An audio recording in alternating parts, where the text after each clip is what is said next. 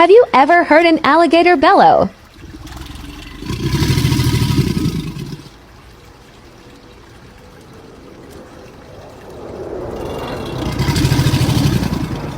Por incrível que pareça, esse som assustador realmente está sendo produzido por esse crocodiliano aí, ó, não é montagem. E esse som é bem característico desses animais, jacarés, crocodilos, aligatores, gaviais, e o motivo é um só, acasalar. Pois é, esse cara do vídeo aí, ele tá tentando atrair a fêmea. Esses animais tiram o corpo da água para mostrar o quão parrudo e o quão imponente eles são, depois inflam seus pulmões de ar e soltam esse ar fazendo esse barulho esquisito aí que você tá vendo. E essa vibração gerada que você percebe aqui, ó, que até cria bolinhas na água, pode ser sentida a vários metros pela fêmea. Então toda a performance do garotão aí, tamanho, barulho, no final das contas é só pra fazer um amor.